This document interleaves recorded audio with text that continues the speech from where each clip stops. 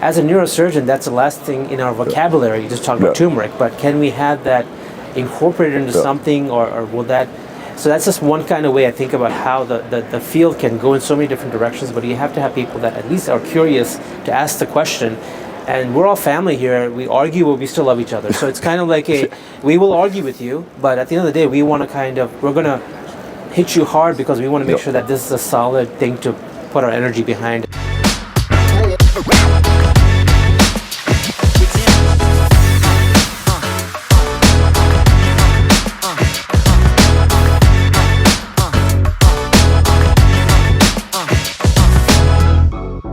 Hey guys, Dr. Shinakropi here.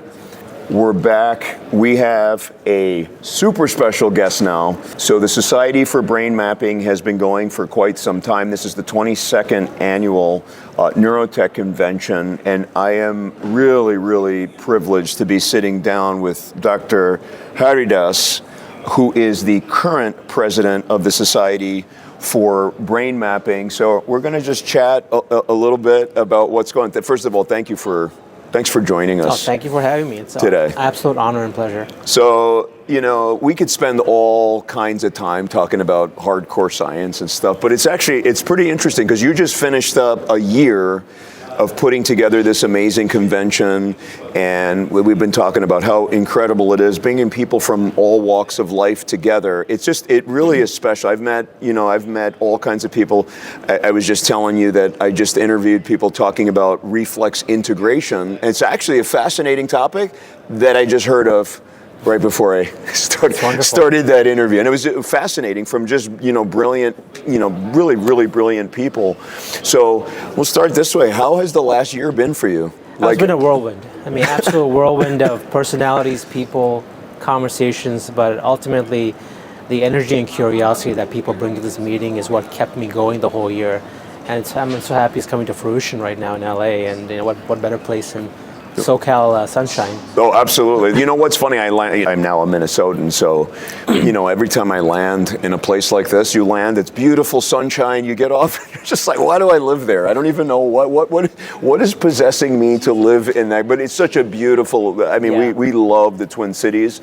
It's amazing. Is it kind of like a wedding, where you put about all this time into it, all for just a few hours? Well, it depends on what kind of wedding, right? If you have like an Indian wedding, that's a lot of people. You're talking about hundreds, 400, 600 people, but it's definitely not an intimate wedding with just close friends. This is a large group of people. It is a global, captive, energetic, and most importantly, curious audience that just wants to learn how to advance neurosciences. And just to be a steward in that space is really an honor, and to be a president and be recognized as even. No, listen. It is. I don't want to say. I don't want to make it callous, but it really is a notch in your belt when you put. Honestly, when you put that, you just say so. It carries so much weight, because as you know, like when we kind of try to communicate. When I say we, physicians, we try to reach out to each other, especially now in the modern age. Yeah. People reach out so many things, because now I'm in this space, I'm doing a lot of these podcasts, and so people are reaching out to me like crazy. I can tell you, if somebody reaches out to me and said, I've been a past president of a society and things like that, that is going to be like, I need to, I should probably answer the call and see what this guy wants, because it might be a great opportunity. So I think it's going to open up massive doors for you in your career and life, and also you've done a great job thank you. in just bringing so many different people together. And it's just been a great event. Thank you. I mean, I kind of take the growth of the event and how I think about it. I was born in India, and then I moved to the United States, grew up in Philadelphia, went to India I was in the Gulf for 10 years, so most of my middle school. So I've lived on 3 different continents, so I see the world very, I guess, as an open and small place as opposed to a large place. So it gives me it gives me at least the ability to relate to people at a very, human level, because we're first that before we're scientists, so we can talk about things more openly, especially when it comes to undeveloped nations having access to neuroscience, which is very dear to me and near to me. So I think having these conversations, this is really the meeting that helps us bring people like that together, because whatever we do has to not just help what's within our borders, but everything kind of outside of the United States also. So if we have people that think along those lines nonstop, 24 hours a day, I think we are going to create things that are just will blow away what we even thought our farthest possibilities were. So. And that was beautifully said. You know, the thing that's interesting, I love the fact that you say that we're humans first. Yeah. And we're, as physicians, one of the things I preach, and I've really come around, you know, like really, we're healers first. Yeah. Yeah. And this group that, you know, has been put together, you know, a large part through your leadership, everyone's here to figure out how to heal people and to have a really open mind. And it's interesting because I've sat in some of these lectures on topics that I can tell you that a lot of people they're just going to push back on it because they're not like fringe subjects. They're not anything. They're things that have a lot of data because otherwise they're not going to get invited to this unless they have their data and it's scientific and all those things. But in our community as physicians, a lot of times we push stuff out and we label things as alternative. And what's been interesting is that so many of the things that have been presented here are really thought of in many people's minds as alternative, but ultimately they have good data behind them and they're helping to heal people. And it's pretty incredible that people of your background, of so many of these other people are willing to listen to them and say, no, come to our meeting because you know what, we're all together healing people. We're all healers. How important is that to bring together people where that is one of the, you know, like the biggest missions? I mean, the biggest mission is the ultimate growth of intelligence comes from human curiosity. And I think if you have just that one, if you take that one thing away from this meeting, you want to install that not just in the most seasoned clinician, but also the most, I don't want to use the word tadpole of a student, right? Because ultimately it's a circle of life. But when you think about it, when it becomes personal and you get frustrated with how medicine is going, how things are not going the way you thought, and there's only certain places where you can access it, it can be demoralizing, but also you have to realize that if you have an idea that you want to take to market or come to fruition, then you need to be around people that are kind of outside thinkers. And I mean, I'm from India. The Ayurvedic medicine is a big part of the Eastern culture of medicine, and it's a completely different syllabus, a completely different school, a completely different certification.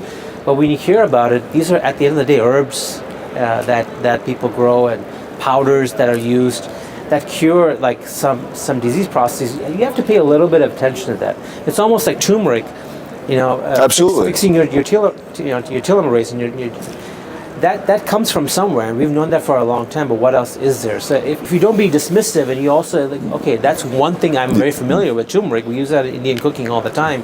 But what else is out there? I take it every day. Exactly. And so these are the kind of things that, as a neurosurgeon, that's the last thing in our vocabulary. You just talk about turmeric, but can we have that incorporated into something, or will that?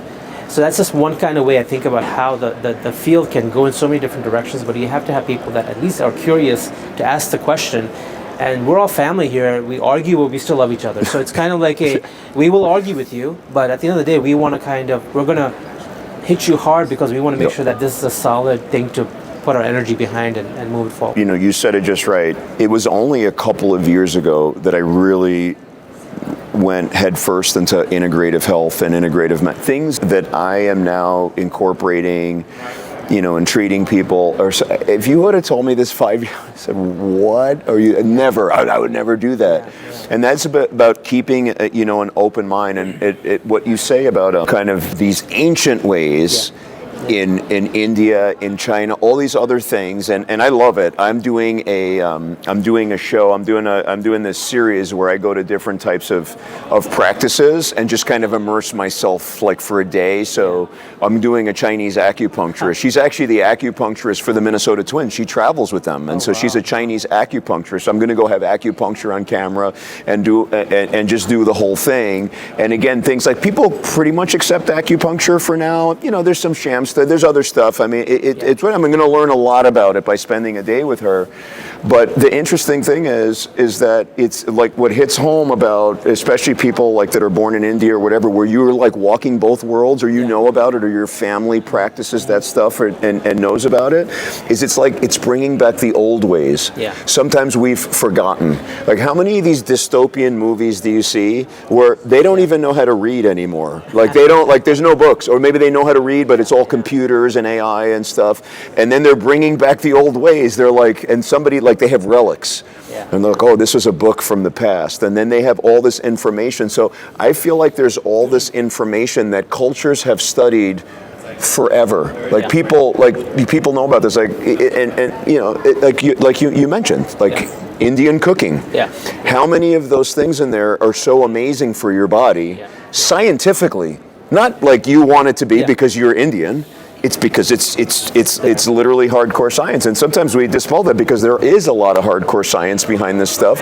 And to be honest with you, before I open up my own mind, I was like, it's a bunch of stuff. Oh, just those people are selling that. Oh, they're just trying to sell something on Amazon or whatever it is. And there's a lot of bad stuff on Amazon. Don't go on Amazon and start getting like every product, because to be honest, there's a lot of stuff on there that does absolutely nothing. So you have to parse through it. So we're trying to do that, you know, right now. So bringing back the old ways, I think is fantastic. And honestly, not just the old ways, being around old people will make you think about a lot of things that were going right that aren't going right now. And when I meet people that in their 80s and 90s and I see how in shape they are, I just ask them one question, like, of course. Did you work? How much did you work out? Because I want to be there at that point. Of course. And you want to take that secret with you. It's almost like you're taking something from the patient that they didn't come to give you, but you're going to always ask that question. We all want to live long. We all want to live healthy. We want that for our families, our friends. But ultimately, these kind of questions have to be answered through just asking the right questions. And ultimately, as a physician, as a neurosurgeon, as you know, it's not only very time consuming, it's very hard on your body. And we talk about physician burnout. Just people don't. I mean, it's one thing to get into a field and you're making good money, but if you're not able to move that into how it's affecting your family, your relationships, your health alone, then it becomes a losing battle because you're just focusing on neurosurgery. So I tell my students all the time, neurosurgery will be here far and long after you're gone. Long after you're gone, and they won't. And they won't even look back. They won't even look back. They'll say, "Yeah, he was the past president. He was the past president of SPMT. Yeah, and he's gone. He's gone. And he's gone, and we're just moving on, and we'll just do the next thing." And more importantly, we're in Los Angeles. we're right next to the crypto center, and walking by the mural of Kobe and Gianna. I think about that moment. Because that could be any one of us. And it's just not our day. It was just his day and his daughter's day, unfortunately. But you take these tragedies and you realize that we're just a speck on this earth. We're just a speck. And I really am truly, at least over the last 5-6 years, I've become a big believer in human consciousness, that there are some things that go between people that are not describable in words. You know, we're just a speck in this world. We are just doing our part to move the human race forward. And I think if we all take a step back and think of ourselves in that role, that you're just a servant at the end of the day, serving everyone around you. And as physicians or any healthcare professional thinks along those lines, your time on this earth should be productive and worthwhile and make a difference. And if you leave it better than where you left it, you really have made an impact on probably a much more profound impact than you actually think. And if you start thinking about what is my legacy, I don't really think about things that way. I think about, like, if I go tomorrow, will I be as happy as I was today? And again, coming back to the Kobe Bryant, that's kind of how I think about life. And it really affected me because as a neurosurgeon, I was working all the time, but I could have easily come to LA and bought a ticket and watched him play live. And now it's become a priority for me. I am going to take time out of my day to invest in things that mean something to me. Basketball is very important to me. Soccer is very important to me. I'm going to go watch this person, watch a comedy show because that brings me joy. So that's not neurosurgery. That's just living life. And I feel like you have to bring people into the workforce that if you help them embrace that part of their life, they will work for you forever, probably even for free. And that's how you build an enterprise, build leadership, and get the next people excited about what we're doing here. And hopefully the organization will attract people. I mean, you finding true meaning in life, finding that true joy, what makes you happy. You know, you brought up the burnout thing, and you know, we talk about burnout all the time. A burnout amongst physicians right now it's really serious. Also amongst nurses and other healthcare workers, but obviously some of a lot of this stuff I really direct towards physicians, because there's very specific things to do. One is finding the things you love. Yeah. Another is taking care of yourself physically. Another is taking care of yourself mentally through things like meditation and other things, staying away from toxins. We can get into all that. People that listen to me, that's my spiel. I talk about this stuff like ad nauseum.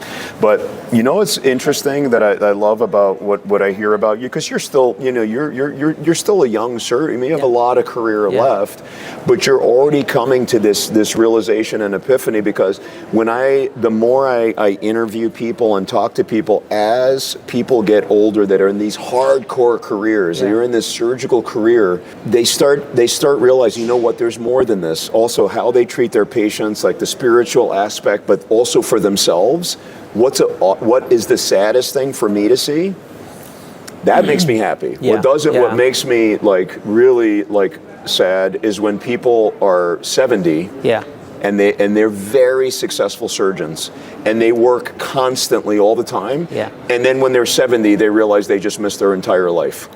Now, all for a good cause. I mean, I'm sure they've helped thousands and thousands of people, but listen, people say work-life balance. To be honest with you, what we do, I mean, there's not going to be it's not a great work. It's never going to be great, but it could be as good as it can be, because you're needed to some degree. Traumas come in, whatever. You got to just deal with it. But there's just so much more, and just taking that holistic.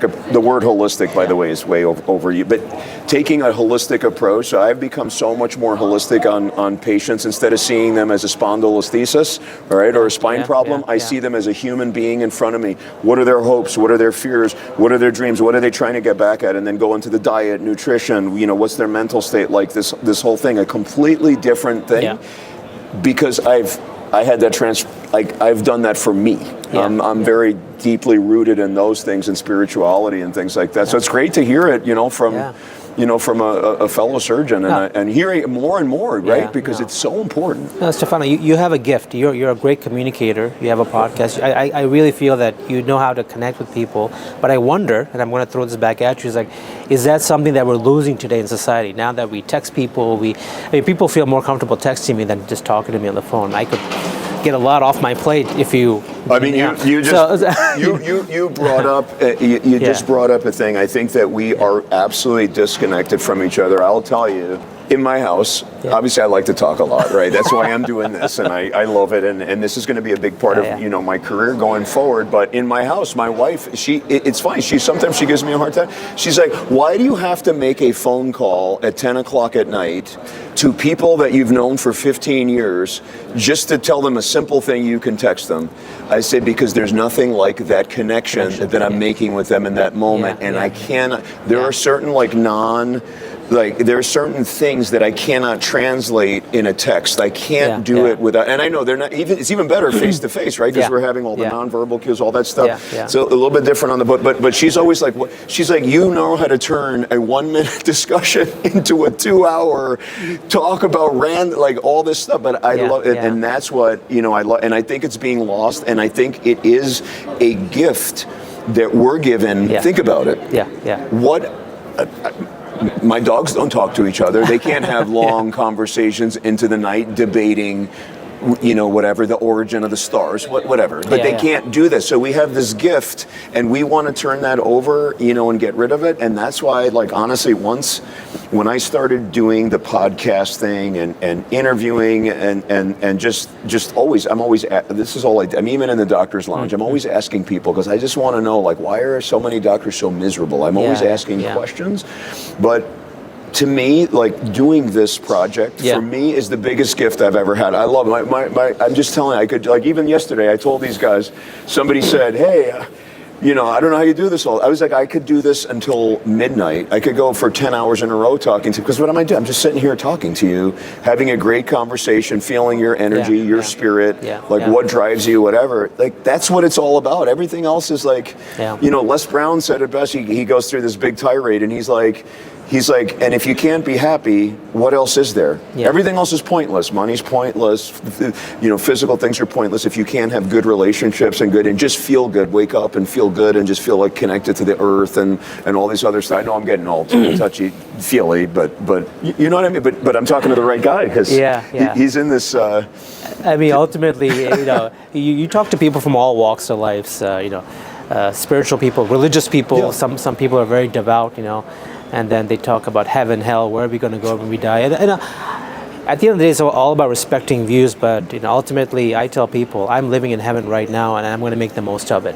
And that's just my mentality, and there's nowhere else I'm going, so today is today, and we're talking, and I hope this is not the last conversation, but it's all about taking, something from the other person that you don't have and filling that presumably, either it's a void or it's something that you could probably improve on.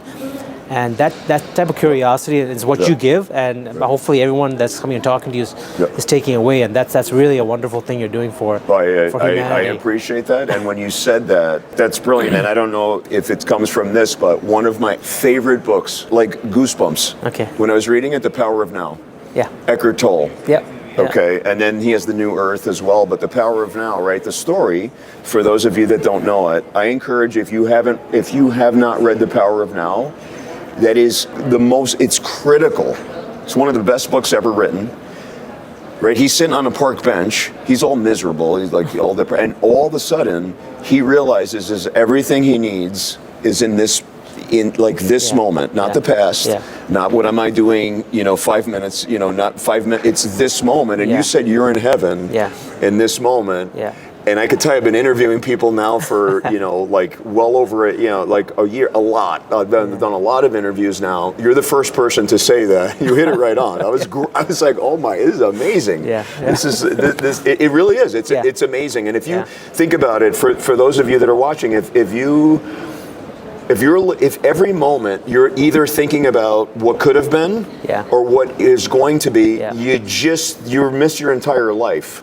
Going back to that 70-year-old surgeon that's still in the doctor's lounge and has 9 cases on his schedule. I'm like, sometimes I just, listen, that's great. I'm glad they're teaching the youth, they're doing all, but I just want to say, what are you doing? I know, I mean, why? Why are you doing? Now, if they say, I love this, I'm like in Zen doing this, the greatest thing, fantastic.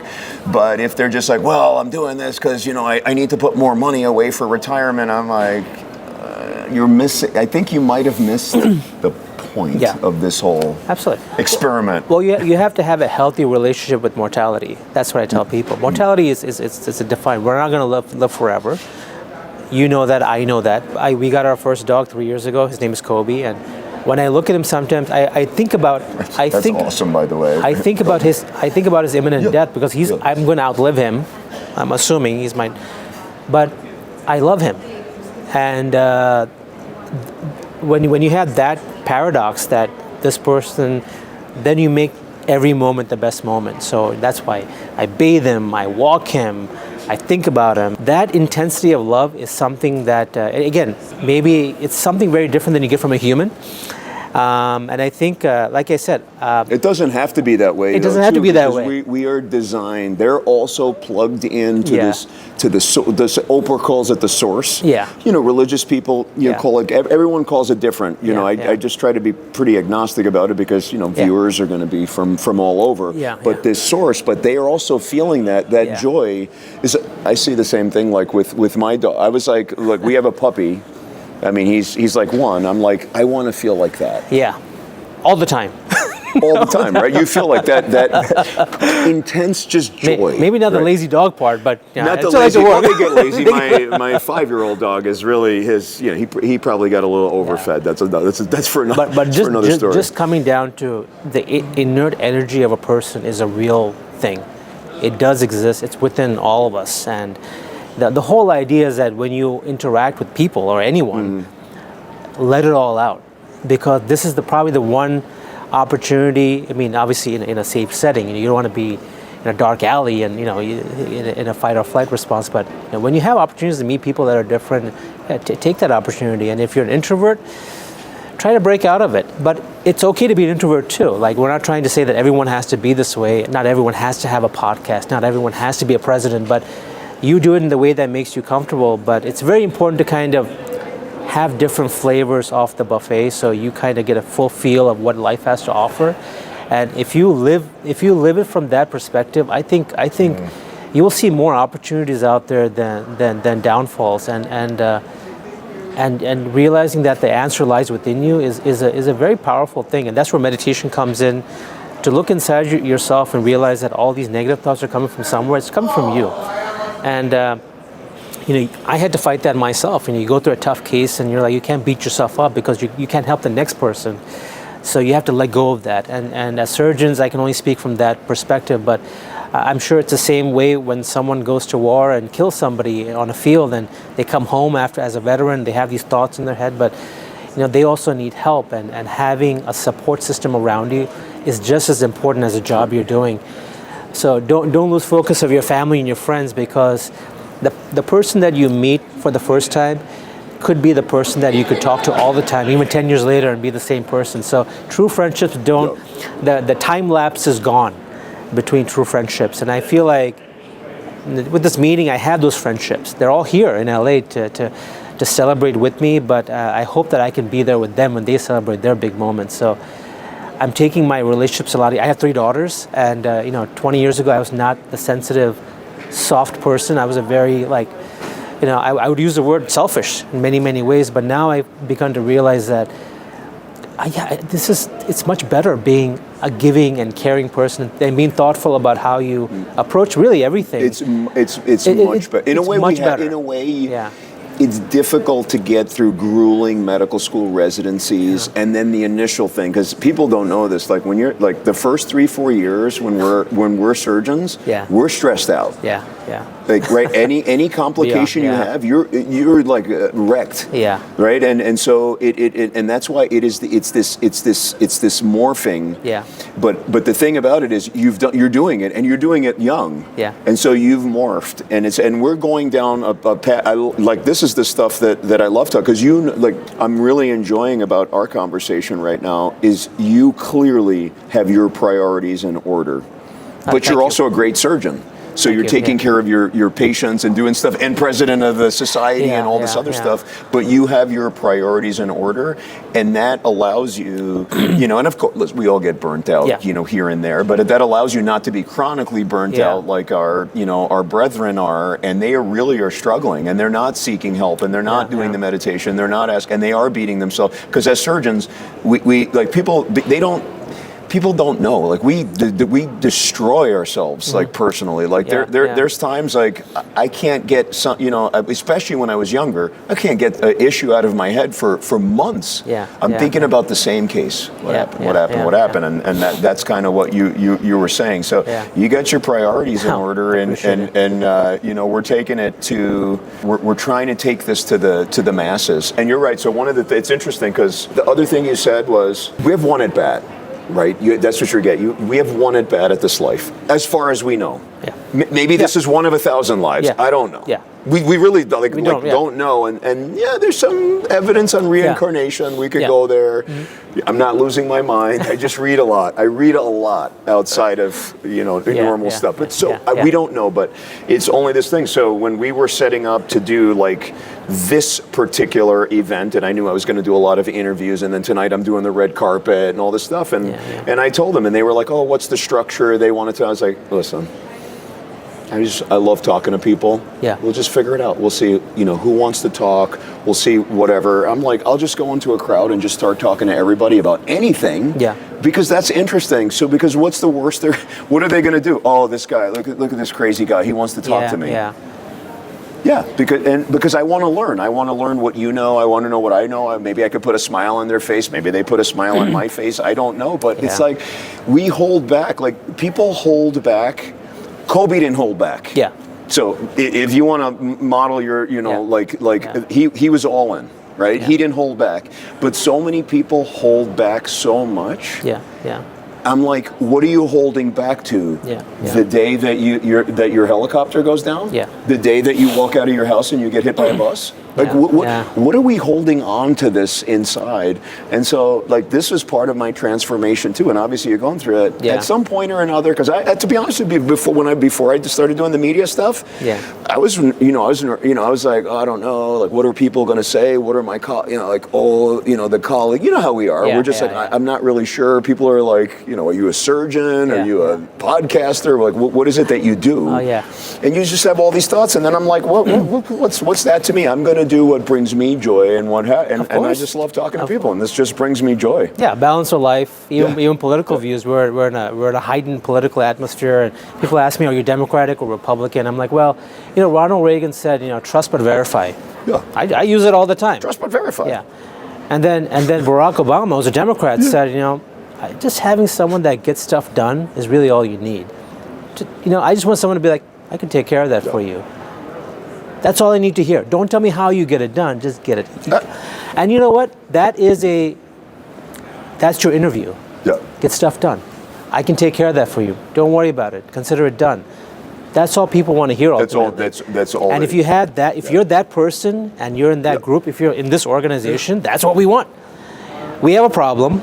We don't have the answer right now, but can you get me information on this? Consider it done. It'll be there tomorrow. So I think if you keep getting stuck in your own ways, like, I can't do that, I'm not good enough, I have the imposter syndrome where I don't belong here. No, you're exactly where you need to be, because even we're trying to figure this out with you. And the journey is what matters, not the immediate baby steps. So it's the journey. It's that what are you waiting for? What is there some magical moment that is going to happen that all of a sudden you're going to come out of your shell and start doing all these things? Because you're right, we don't know how long we have. Yeah. And we don't know how long, and maybe we have a long time, but maybe we're in a wheelchair. Like in a nursing home, with no brain function, and somebody's just wheeling us around because we can't process information anymore. And so, you know what? That silly time when I'm at this conference, if I had decided, I don't really know these people, so I'm not going to interview them, or I don't have enough prep time. To do. I could care. I could care less. Like tonight, I'm going to do this, like the red carpet thing. I'm just going to be up in people's faces, with microphones. Say, hey, how's it going? Like, what are we doing? What are you drinking tonight? Like, how are we doing? Are you excited? Like, what are you getting? Are you here for the award? Like, why are you here? That kind of stuff. You have to put yourself out there, and ultimately, you just want to know that you gave it all you have, and that's how I'm just approaching all aspects. Yeah. And I'm hoping, and I know you're hoping, I hope that this rubs off, because like kids, right? You have 3 daughters. Yes. I have 2 teenage sons. Mm-hmm. And sometimes they don't want to do certain things because of perception or this, or they're afraid. I'm like, let me just tell you something. In the scope of things, I was, and this might not be the right way to say it, I was like, to be honest with you, nobody cares. Nobody cares. Ultimately, they don't. They just care about their stuff, like in general. So if you go somewhere and you put yourself out and you make yourself look like a fool or whatever, ultimately, in that world, in high school, I get it. Sometimes people care and they get whatever. But ultimately, in the long run, nobody cares. Like tonight, let's just give an example. When we go to the gala, and you decide that you want to show the entire world your new hip hop dance that you came up with, right? And you and Dr. Kateb go up there, and you start doing all this other crazy stuff. To be honest with you, that's awesome. In the end of the day, that's not going to like ruin your career or do anything. But people like really think that way. They're like, I can't do that. I can't do it. That's what life is for. Just do it. Just do it. Yeah. So reveling in the moment and enjoying it. Yeah. Fantastic. That's awesome. So listen, thank you for coming. This is great. Like I told you, we could talk all day. We could talk about like the surgeries you do and spine surgery and all this other stuff. But just getting, like I've gotten to know you a lot just in talking to you, and just in talking to you now. So it's been amazing. Yeah. And I think that probably some of the things you talked about, it's a completely different, light. So we'll make sure that we put this as the cover interview on the Society for Brain Mapping, so they can know all about his life and his mentality, his ideas. So thanks for coming on. That was awesome. Yeah, very good. It very much. Thanks for joining us.